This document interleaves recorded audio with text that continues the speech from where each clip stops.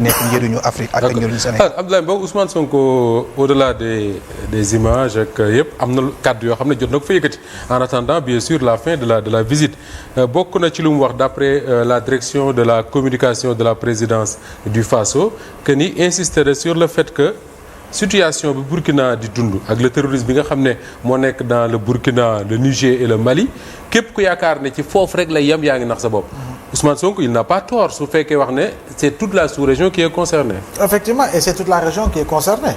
Et parce que tey am na ay dëkk en Afrique yoo xam ne terrorisme laalu leen woon mooy les pays du Golfe de Guinée qui aujourd'hui font face justement au terrorisme. mooy Togo mooy Bénin.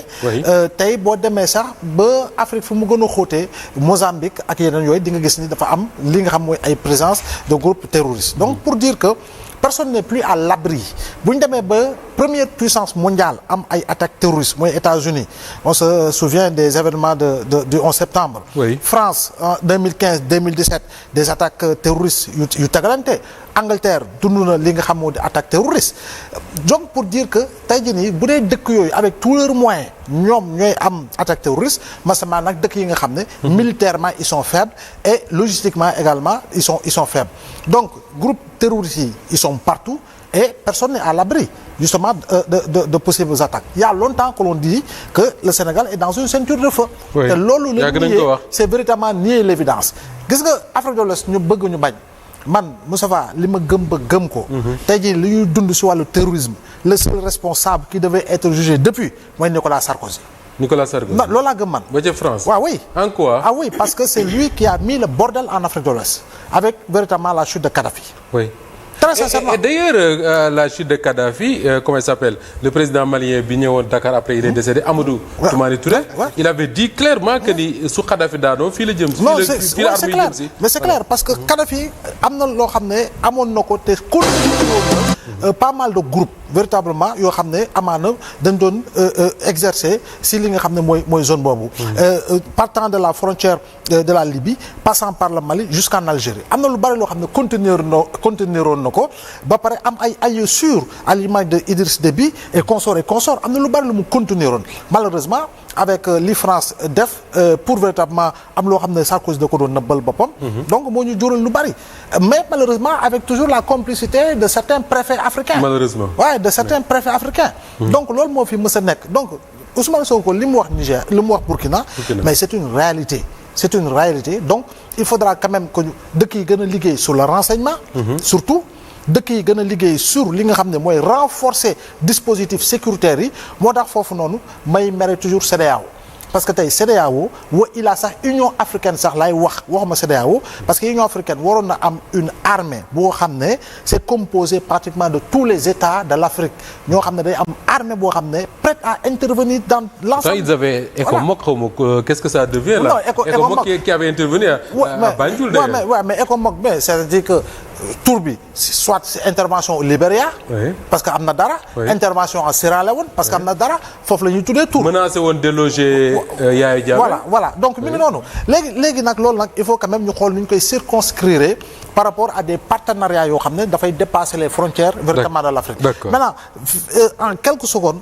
pour fàttali juste aussi que bu ñu fàttali 83 c'est le président Ouédraogo qui avait été renversé par un coup d'État. Oui. Donc dafa am pour man gis nga Moussa Ba. Oui. La démocratie n'est pas une notion universellement partagée. La démocratie n'est pas une notion universellement partagée. Pour dire quoi? Il y a des pays yoo xam ne dañoo am réalité historique dañoo am ay tradition dañoo am ay culture yi tax dañuy am dirigeants yoo xam ne souvent pour l'Occident c'est des dictateurs alors que ce sont ceux-là qui ñoo mën a maintenir tey d'accord nga kon ak sëñ Abo Mbacké muy wax ne militaire qu'il est les Burkinabés sont avec lui. Non, les Burkinabés sont avec lui jusqu'au moment où nous parlons. tey jii nii Tunisie def na révolution ils ont élu un marginal. boo xam ne il est pire amaana que Ben Ali.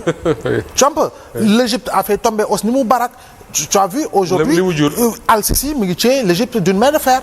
donc etc. donc démocratie ce n'est pas une notion universellement partagée. D'accord alors Pape Moussa maa ngi gis nga yëngal sa boobu xam naa ne mais man laa jàllale ko rek Ousmane Sonko wax na ne dafa ñëw Burkina pour indi un soutien absolu du président Bassirou Diomaye Faye wax na également pare nañu pour collaborer ak les Burkinabés dans la lutte contre le terrorisme man li ma bëgg a xam mooy c'est quoi ce soutien absolu dont tu parles mais également ban collaboration la bëgg a wax. un rendez-vous du donner et du recevoir. Oui. D'accord ma ak sëñ Abo quand ils disent que ni du ñu mës a cautionner du ñu mës a soutenir un coup d'État moi je ne condamne pas systématiquement les coups d'État parce que parfois les coups d'État sont au service de la bonne gouvernance maintenant li nga xamante ne tey jii nii Ousmane Sonko il est élu démocratiquement enfin le président Diomaye donc li nga xamante ne tey moom moo fa nekk du dafay dem pour jàngal leen une démocratie parce que en fait le système issu de Ousmane Sonko système démocratique la ultra démocratique mais une démocratie bien huilée disons-le inspirée c'est un héritage colonial cette démocratie que nous avons inspirée totalement de la France constitution du début jusqu'à la fin donc héritage colonial la kële na le malgré on parle de putsch mais il est toujours acclamé bu génnee c'est une très grande popularité donc modèle démocratique yi ñu yor pour man li tax ma ne un rendez-vous du donner et du recevoir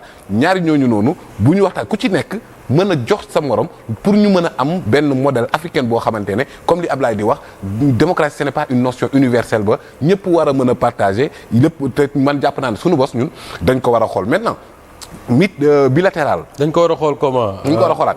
notre façon de lire nos dirigeants. oui mais Moustapha allez-y. non je ne parle pas de l'élection. On ne peut pas se permettre ce qui se passe au Mali, au Burkina. Oui. Je ne parle pas de l'élection. Oui. Demal dans les pays d'Asie du Sud-Est. Oui. Ils sont comme les Occidentaux. Demal dans le monde arabe. Ils sont comme les Occidentaux. Non. Alors qu'ils sont très développés, très disciplinés.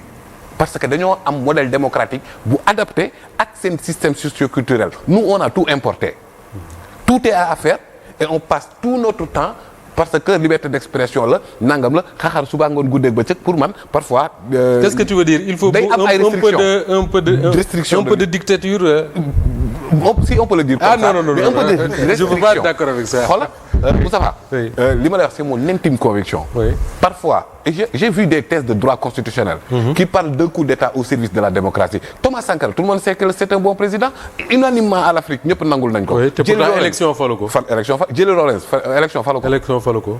Kadhafi bu ñuy wax élection falu ko. déedéet. ay modèles yoo xamante ne mais je peux même aller au-delà des États laïcs dont nous avons mais Seydina Mohamed ban élection ko fal.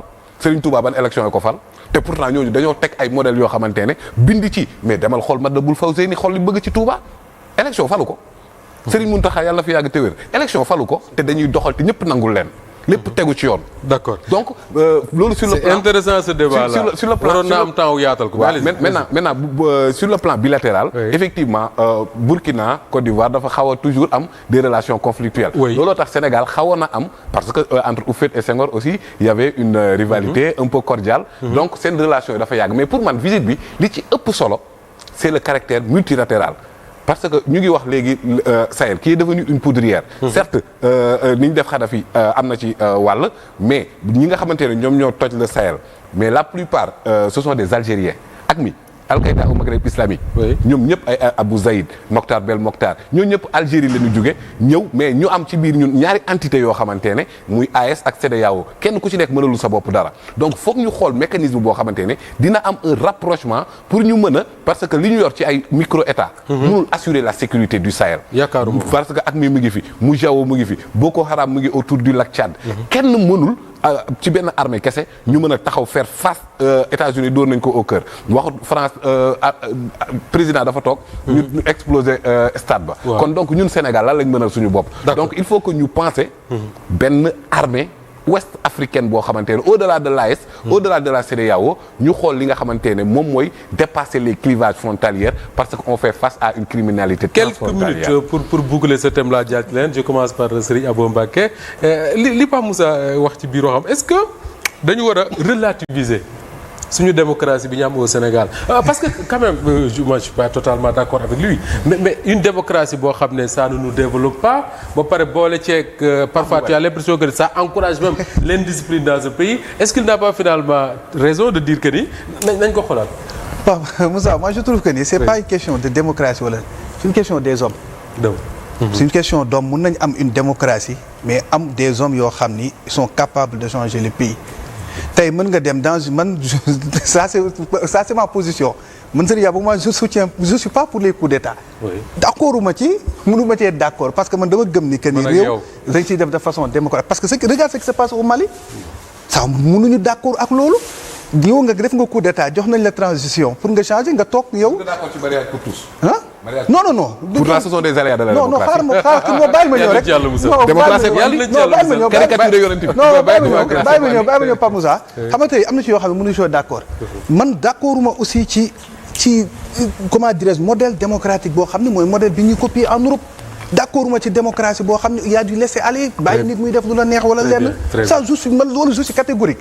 d'accord naa ci tey ñu ne tey kat réew parce que réew xam nga lan moo koy njëkk a sax discipline. réew bu nit ñi yaruwul réew bu nit ñi amul yar. du dem et lañ naan trop de démocratie des fois dafay yàq des fois dafay tax réew ni mu war a développer ak ni mu war a liwee du ko loolu je suis parfaitement d'accord ak yow mais cela ne veut pas dire que ni tey si on a un militaire à la tête d'un pays wala leen que dëkk bi dafay changer nañ xool Mali combien d'années la fa waaj def. Qu'est-ce qui a changé. Qu'est-ce qui a évolué. La situation sécuritaire n'a pas évolué. est-ce que situation bi day gën di métti. on regarde en Guinée. Burkina Faso man nee naa je suis pas burkinabé je suis sénégalais je suis africain. mais son peuple ñoom ñoo d'accord ak moom. man quand le peuple est d'accord je n'ai pas de problème mais je ne soutiens pas. un putschiste d'accord ma ci ay coup d'état moi je suis un libéral je suis un démocrate. moi je suis tey li nga wax sànq noonu sëñ Touba ak lii li nga wax sànq sëñ Touba ak lii loolu ça n'a rien à voir avec l'élection citoyenne ñoom ñooy dem voter ji mais modèle bi développé réew mun nañ la ba c'est pas question dañ la fal par élection wala par leneen nga koy mën a mais mun nga am modèle am vision am loo xam ne dafay jëmale réew mi kanam citoyen yi dem fal la nga jël loolu nga doxal ko mais mun nañ la bañ a fal aussi te amoo vision amoo jëmukaay amoo leen. mën nañ la fal tamit nga defal réew. liir naa yàggu dara ñu ne par exemple Hitler a été élu démocratiquement. mais c'est le pire dictateur au monde. Absolument. Et pourtant y en a qui disent que les infrastructures yi développées en Allemagne ci Hitler moo ko def. y en a beaucoup qui le disent. mais xam nga kii Moussa Ba dafa loo xam ne dama ne réew pour ñu mën ko développer pour mu mën a jëm kanam du lépp. du démocratie totale loolu ma gëm la. loolu li ma gëm la mais cela ne veut pas dire que ni. un militaire wala un dictateur moom mooy nekk à la tête du pays. parce que tey regarde au Rwanda. pourtant ñu bëri dañ naan Paul Kagame c'est un dictateur. mais modèle boobu mu jël man je suis d'accord avec moom ci réew. son pays avance. xoolal pays am dëkkam ni muy doxee. mënoo dem xoolal dëkk bi nu mu setee xoolal Chine yooyu yëpp je suis d'accord mais nag je soutiens pas un putschiste. Abdou Malick